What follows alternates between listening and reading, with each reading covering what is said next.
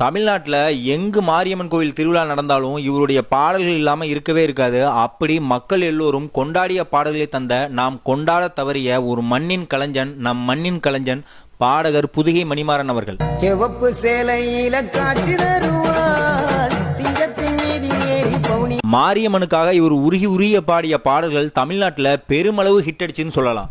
கருணை உள்ள தோடு அம்மா அருளை வாரி தருகிறாள் கருணாக உருவெடுத்து. ரிக்ஷா தொழிலாளியா தன்னுடைய ஆரம்ப காலத்தை தொடங்கிய புதுகை மணிமாறன் அவர்கள் ஆரம்ப காலத்துல சபரிமலை பாடல்கள் மூலமாக புகழடைஞ்சாரு.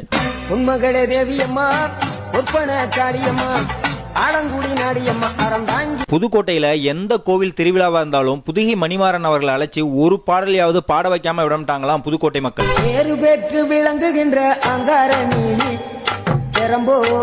வறுமையிலே பிறந்து வறுமையிலே வாழ்ந்து வறுமையிலே இறந்த மண்ணின் கலைஞன் புதுகை மணிமாறன் அவர்கள்.